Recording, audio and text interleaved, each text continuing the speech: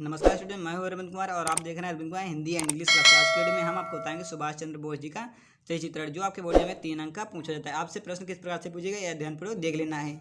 जय सुभाष खंडकाव्य के आधार पर उसके नायक सुभाष चंद्र बोस का सही चित्रण कीजिए। आपको जो उत्तर किस प्रकार से लिखना है ये ध्यानपूर्वक देख लेना है। नंबर 1 हेडिंग है कुशाग्र बुद्धि एवं प्रखर प्रतिभाशाली। सुभाष चंद्र बोस बचपन से ही कुशाग्र बुद्धि और प्रतिभाशाली थे। इन्होंने मैट्रिक और इंटर की परीक्षा प्रथम स्थान प्राप्त करके उत्तीर्ण की। विलायत जाकर इन्होंने ICS की परीक्षा उत्तीर्ण की। कलकत्ता अधिवेशन में इनकी प्रबंध कुशलता आज़ाद हिंद फौज और फॉरवर्ड ब्लॉक की स्थापना एवं पुलिस की आंखों में धूल झोंककर कड़ी निगरानी से निकल भागना उनकी प्रतिभा को ही सूचित करते हैं। आपको जो है नंबर 2 हेडिंग देख लेना है। नंबर 2 हेडिंग है समाज सेवी अनुपम त्यागी एवं कष्ट सहिष्णु।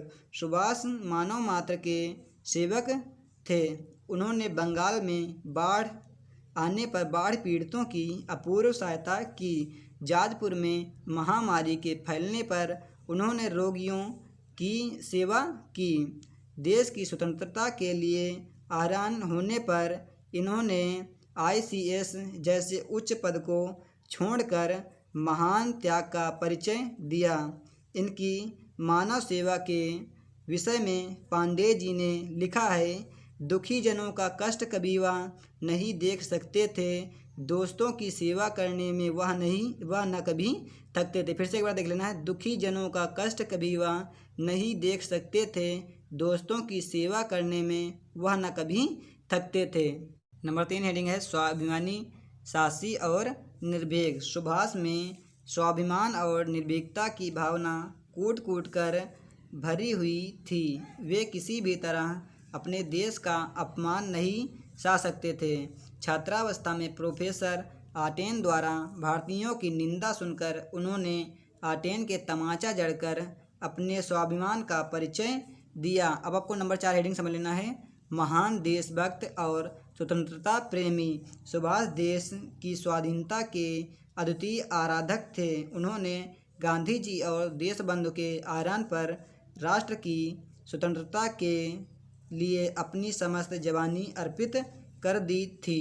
आपको ये चीज़ अच्छी तरीके से याद कर लेना कि सुभाष ने राष्ट्र प्रेम हित अर्पित मस्त जवानी मुक्त युद्ध के बने शीघ्र ही वे महान सेनानी। फिर से एक बार देख लेना है कि सुभाष ने राष्ट्र प्रेम हित अर्पित मस्त जवानी मुक्त युद्ध के बने शीघ्र ही वे महान सेनानी। उनके हृदय में आज़ादी की ज्वाला निरंतर जलती रही।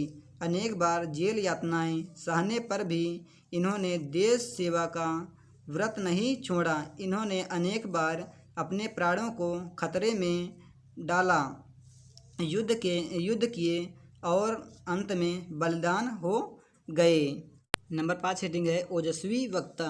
सुभाष चंद्र बोस की वाणी बड़ी ओजपूर्ण थी। वे अपने ओजस्वी भाषणों द्वारा जनता में देश प्रेम, बलिदान और त्याग का मंत्र फूंक देते थे। तुम मुझे खून दो, मैं तुम्हें आज़ादी दूंगा की पुकार पर शास्त्रों देशभक्त उनकी सेवा में तन मन धन से समृद्ध हो गए। अब आपको ये चीज़ अच्छी तरीके से याद कर लेना है।